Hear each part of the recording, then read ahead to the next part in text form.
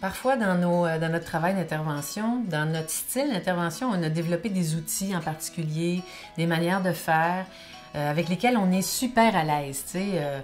On s'en sert beaucoup. Puis on finit par s'en servir tout le temps parce que ça marche tout le temps. Hein? Fait que ça devient des convictions. Ça devient une conviction que cet outil-là, il est bon tout le temps. Puis quand on arrive dans une situation d'intervention où ça marche pas, on est complètement déstabilisé.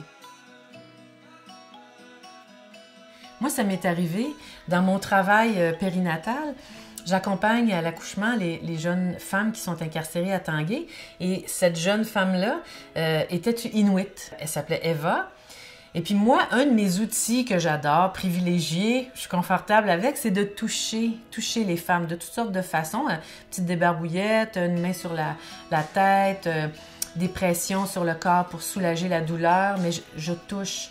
Et Eva, elle veut pas que je la touche. Elle n'a pas voulu que je la touche. Et ça m'a complètement déstabilisée parce que ça a toujours marché de toucher les femmes. Puis ça nous arrive à tous. On se dit, mais il faut que je la convainque que c'est bon pour elle. Parce que je l'ai touchée quand même. J'étais tellement déstabilisée que je la touchais quand même.